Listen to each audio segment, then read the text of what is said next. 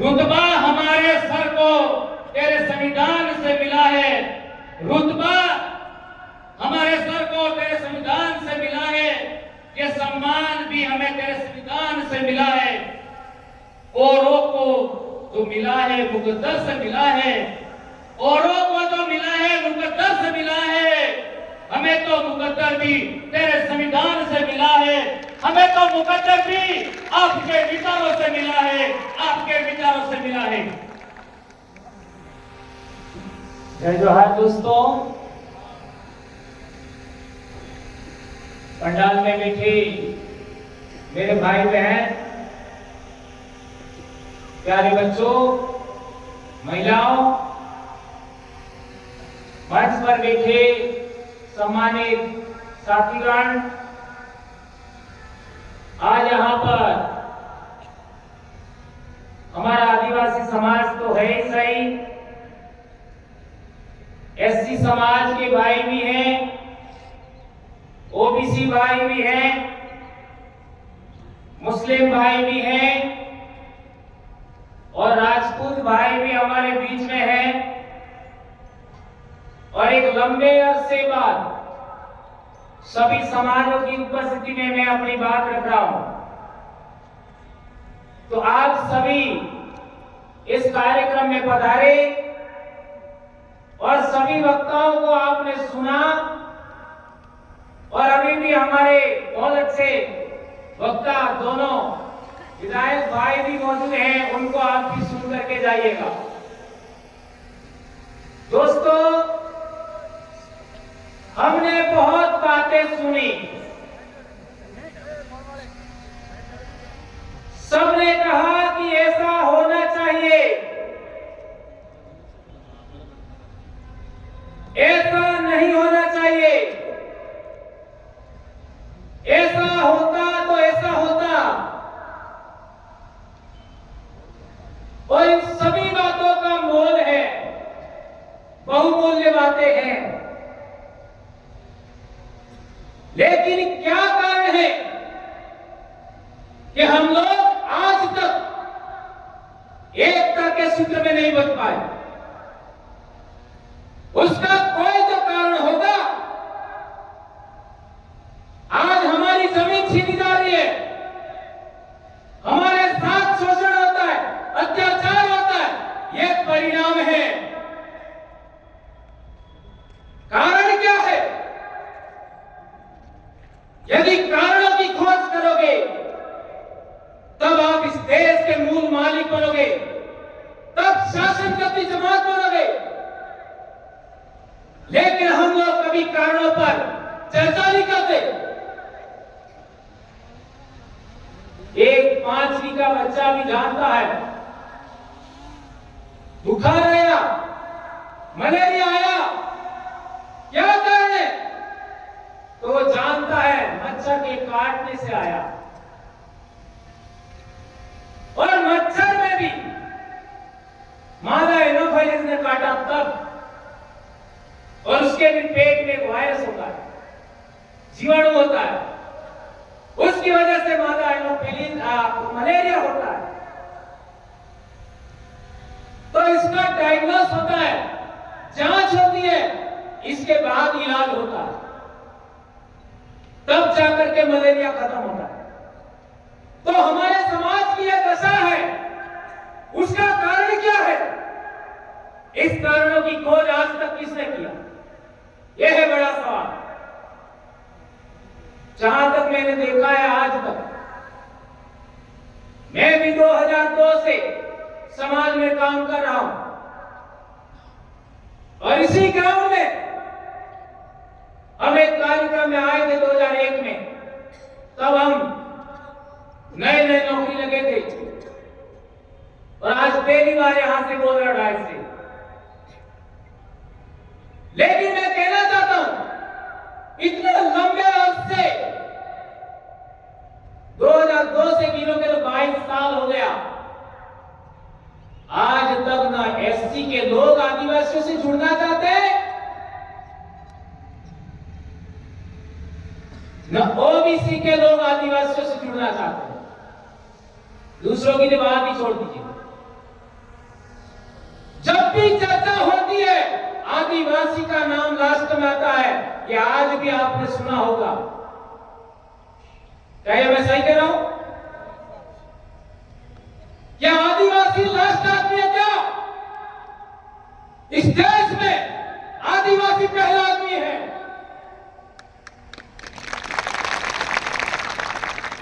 आदिवासी समाज पहला समाज है और सभी समाजों की समस्या का निराकरण करना है तो इसका इलाज भी आदिवासी के पास है। ये बात सोचनी पड़ेगी, समझनी पड़ेगी। देश में जब भी आरक्षण की बात आती है तो एससी समाज आंदोलित होता है।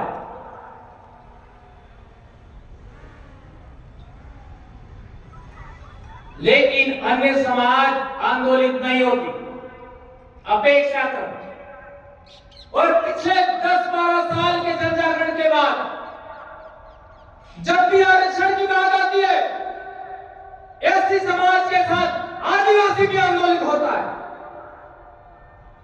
और अभी पिछले कुछ एक सालों में ओबीसी समाज भी आरक्षण के लिए काम कर रहा है, आंदोलित हो रहा है।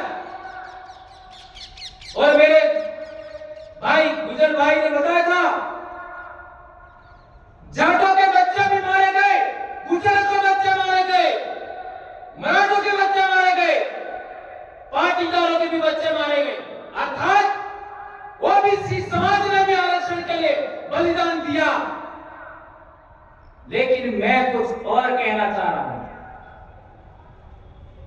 आदिवासी समाज सबसे ज्यादा आंदोलित होता है तो वह जल, जंगल, जमीन के लिए होता है। जल, जंगल, जमीन के लिए आदिवासी सबसे ज्यादा आंदोलित होता है। सभी एससी लोगों से पूछना चाहता हूं, सभी ओबीसी से पूछना चाहता हूं, तुमने आदिवासियों का साथ कब दिया बताओ मेरे को? पूरे देश के एससी लोगों से पूछना चाहता हूं, ओबीसी लोगों से पूछना चाहता हूं, तुमने आदिवासियों का कब साथ दिया बताओ मेरे को? नहीं दिया। यह है कारण हमारे बीच में अविश्वास की खाई है, वो इसी मत से पार्टी नहीं जा रही है। ये बात समझना होगा। जहां तक राजपूत समाज की बात है, पिछले दिनों मैंने बाड़मेर में भी बात रखा था कि राजपूत समाज भी व्यापार नहीं कर पाता है, आदिवासी समाज भी व्यापार नहीं कर पाता है। उसका कारण क्या कारण है? कोई तो कारण होगा। इधर के राजा मांडलिक के जमाने में अर्थात 6वीं शताब्दी और गुहिल वंश का प्रथम राजा गुहिल, उसको संरक्षण दिया भील राजा मांडलिक ने इधर में। उस जमाने से राणा प्रताप तक भीलों ने साथ दिया। क्या ये बात सही है, गलत है? लेकिन 1818 में रजवाड़ों ने जब अंग्रेजों से संधि किया, आदिवासियों की सलाह नहीं ली और इस वजह से आदिवासी अपने स्वायत्तता के लिए आंदोलित हुए और इसी आंदोलन को रोकने के लिए मेवाड़ भील कोर का गठन किया गया और हमारे खेरवाड़ा क्षेत्र में बटालियनें बनाई गई। और इसके बाद आप लोगों ने देखा होगा 1881 का जुलाई का आंदोलन,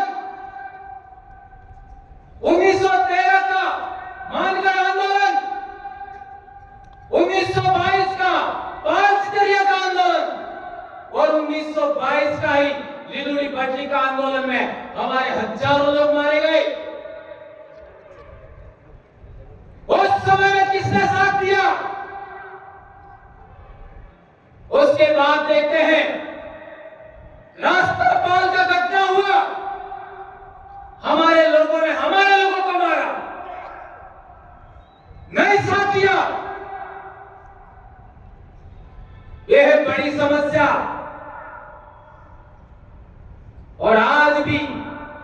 मैं गारंटी देता हूं, एससी समाज दूसरे लोगों से छुआछूत झेलता है, लेकिन कई पढ़े लिखे लोग आदिवासियों से भी छुआछूत करते हैं। क्या ये बात सही है? तो पहले सोचो तो सही, फिर सुधारने की बात करो। इसलिए मैं कहना चाहता हूं, जो एससी के लोग अपने लोगों के साथ छुआछूत भेदभाव करते हैं, ऐसे एससी लोगों की भी मुझे जरूरत नहीं है। पहले छुआछूत अपने घर से बाहर करिए, ऊंच नीच बाहर करिए, तब जाकर के समतावादी समाज बनेगा। संविधान ने हमको समता, बंधुता, न्याय, भाईचारा आधारित समाज बनाने का अधिकार दिया। आज 70 साल बाद हम लोग इस आदर्श को भी कराप्ति कर पाए और आशा करते हैं दूसरों से अपने घर में इंप्लीमेंट करिए। पहले एक और बात कहना चाहता हूं, एससी समाज से हमारा रिश्ता क्या है, ओबीसी समाज से हमारा रिश्ता क्या है, राजपूत समाज से हमारा रिश्ता क्या है।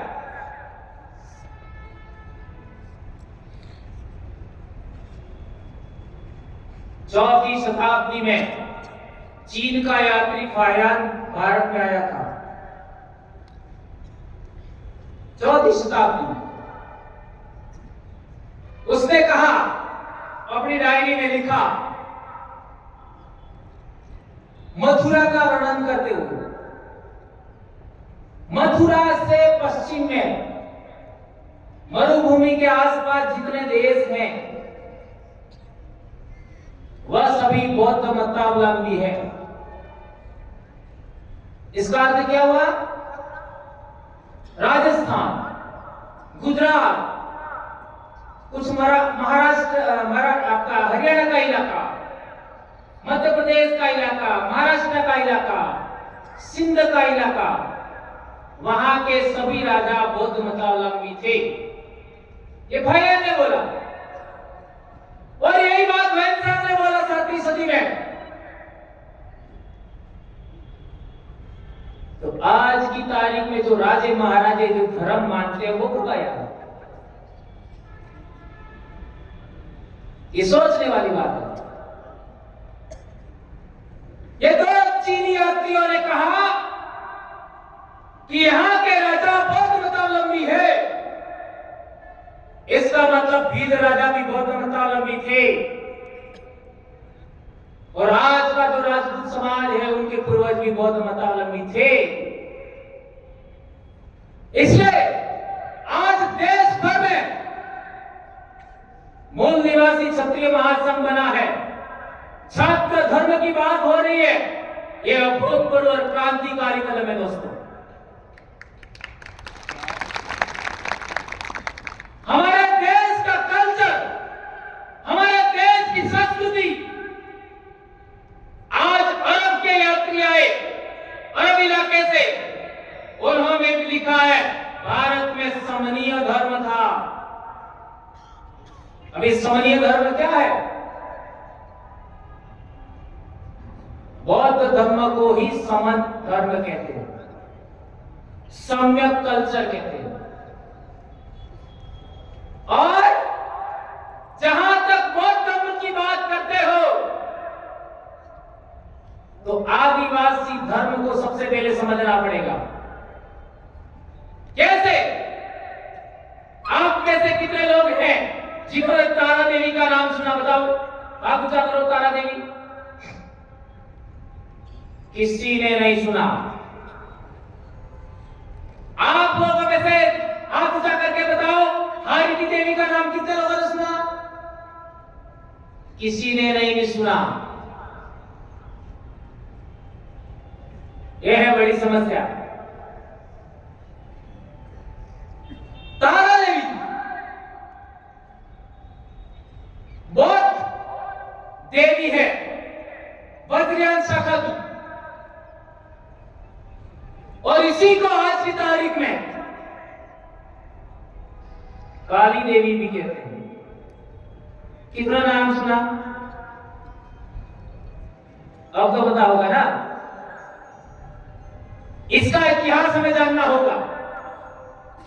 अर्थात आज जो काली देवी है वह बौद्ध धर्म की वज्रयान शाखा की देवी है और उसका वास्तविक नाम है तारा देवी।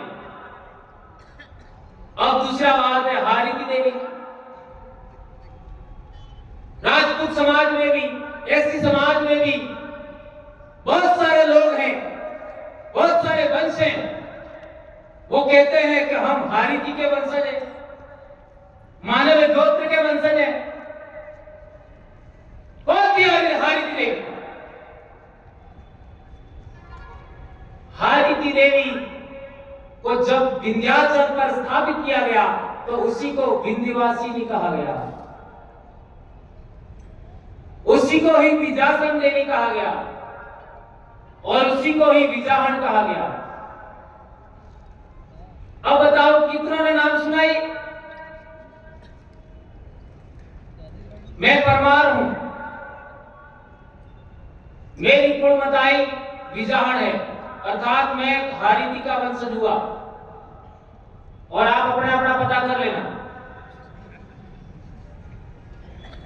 अभी हमारे भाई बोल रहे थे कांति भाई, वो रोज थे, रोज ताबियाड़, भाभोर, भाभर,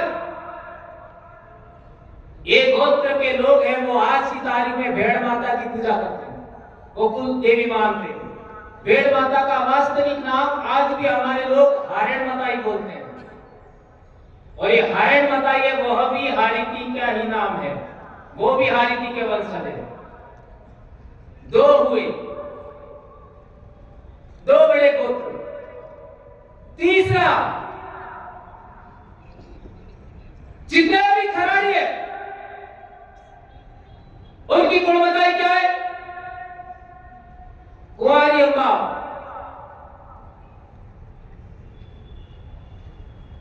और यहां भी हारिती देवी का ही नाम है। और यह जगदम्बा नाम उनको दिया गया, वो गौतम बुद्ध ने दिया गया था। हारिती का नाम जगदम्बा गौतम बुद्ध ने दिया था।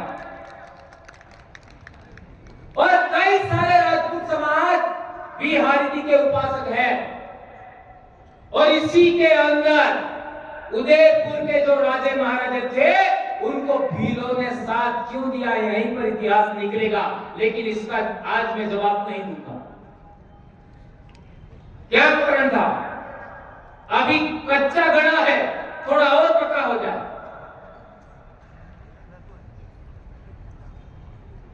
और एक गंभीर बात, आज हमारे समाज में कोई बच्चे बीमार हो जाते तो डेकली बताई जानते हो? एना भीलो तमे डेकली नहीं जानो? डेकली माता जानो है? ये डेकली का परंपरा है, वह भी हारिती से जुड़ा है। शीतला माता ये, वह भी हारिती से जुड़ा है। और तो और जिसको डाकिनी देवी कहते हो वो भी, इसका भी संबंध उसी से है।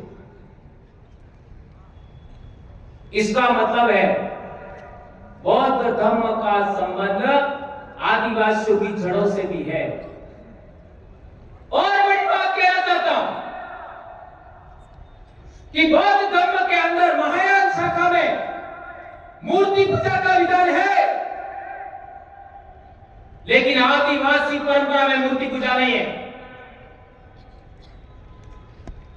आदिवासी समाज में मूर्ति पूजा आज हो सकती है, लेकिन आदि अनादि काल से आदिवासियों में मूर्ति पूजा नहीं है।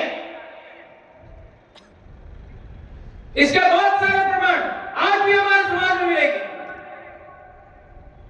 अभी कल परसों 14 गई है, 14 को थड़ा पूजन होता है कि नहीं होता है? थड़ा बोकड़ो सड़ावे, कुकड़ू सड़ावे और प्लस सड़ने बोले वाला सड़ावे। क्या समझ रहे आप जो?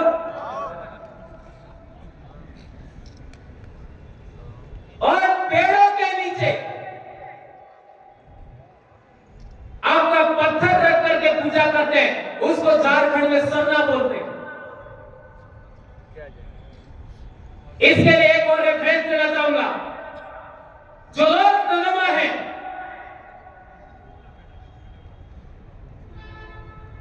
उन लोगों का कुल बताई कौन है? पीपलाहैन। पीपलाहैन क्या का संबंध किससे है? पीपल से। पीपलाहैन, पीपल। जो लोग डेंगर है, उनकी कुल बताई है बोरे, उनका संबंध वेद से है। इसी तरीके का जो कटारा है, उनका संबंध कतेर के पेड़ से है। इसका मतलब है आदिवासी समाज में जो टोटेम प्रणाली थी, टोटेम पूजा का विधान था, उसके अंदर तीन बड़ी बातें थी। पहला, एक कोई पेड़, दूसरा कोई पक्षी, और तीसरा कोई जानवर। तो आदिवासी परंपरा में जो पेड़ों की उपासना था, उसी से कुलमताइयों की पूजा शुरू हुई, उपासना शुरू हुई। यह आदिवासियों का गोत्र टोटेम वंश परंपरा का भाग है, इतिहास है। और इसी से आगे बढ़ते हुए समण परंपरा में उन्हीं कुलमताई परंपरा से तारा देवी और हारिती देवी बने। अर्थात समण परंपरा का भी कोई पिता है तो वो आदिवासी दर्शन है। यह आज तक किसी भी एससी भाई ने आज तक स्वीकार नहीं किया है। मैं कहना चाहता हूं, आप लोग एक बार आमने सामने पर बहस कर लेते हैं। स्वीकार करना होगा, यदि आप सिंधु घाटी सभ्यता को मानते हैं, अपने पूर्वजों की विरासत मानते हैं, हाँ, सिंधु घाटी सभ्यता आज के एससी समाज का विरासत है, आदिवासियों का विरासत है, ओबीसी समाज का विरासत है, आज के बहुत सारे माइनॉरिटी की भी विरासत है, आज के बहुत सारे राजपूत समाज की भी विरासत है, मानता हूं। लेकिन सभी धर्मों का कोई पिता है तो वो आदिवासी दर्शन है। ये आप लोगों को स्वीकार करना होगा। और उसका बड़ा उदाहरण देता हूं। सिंधु घाटी सभ्यता में जो बाल बनाने का विन्यास था, वो आज भी आदिवासियों में। जो डांसिंग गर्ल मिली उसके हाथों में और पैरों में कड़े हैं, वो आदिवासी आज भी इसको जीवित रखे हुए। ये बात हमें समझना पड़ेगा। इसलिए मैं कहता हूं कि आदिवासी सभी धर्मों का बाप है। और आदिवासी दर्शन में आसमान और आसमान में जितने आकाशीय पिंड है, उनको बाप माना जाता है, पिता माना जाता है। और आदिवासी दर्शन में इस धरती को मां माना जाता है। और इससे पीछे क्यों आते हो आप लोग? तो पहाड़ों को बाप मानते हैं, नदियों को मां मानते हैं।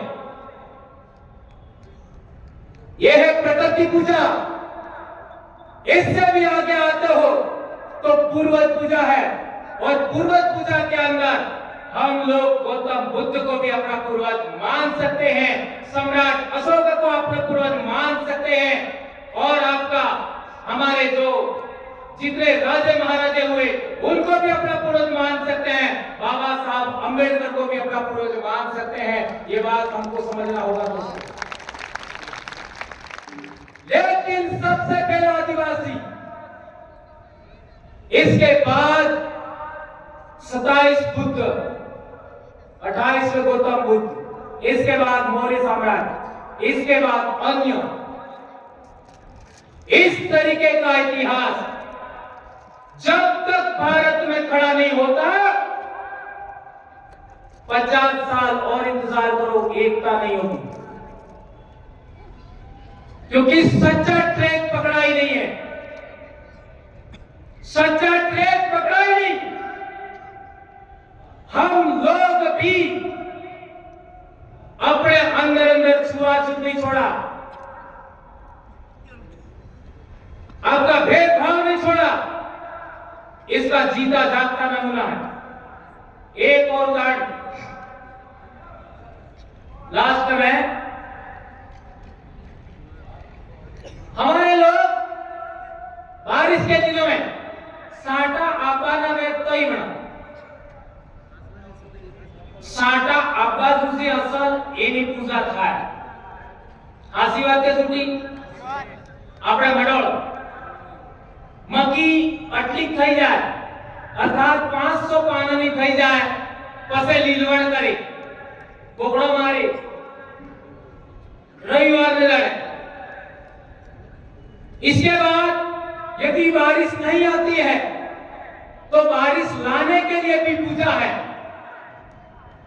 और बारिश ज्यादा आ गई तो बारिश को रोकने के लिए भी पूजा है।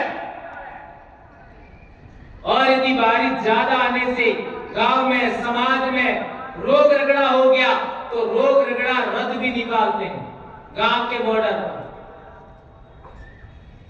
और इसके अंत में बारिश खत्म होने के बाद हम लोग नई फसल उगेगी कितनी उगेगी उसके लिए बाड़ी जमाना भी करते हैं। यह है प्रकृति पूजा।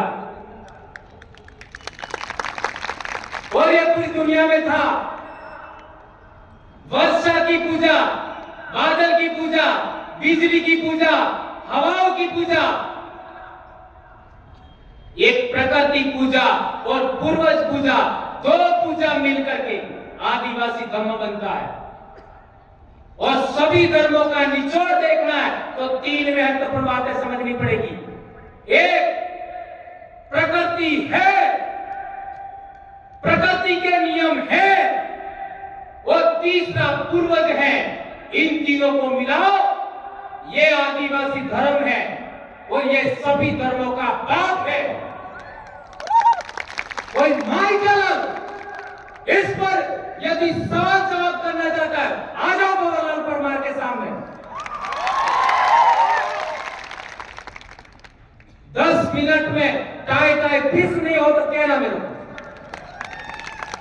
जय जोहार, जय आदिवासी, जय बिल प्रदेश, जय संविधान, जय भारत, जय बाबा साहब अम्बेडकर। आप सबकी जय दोस्तों।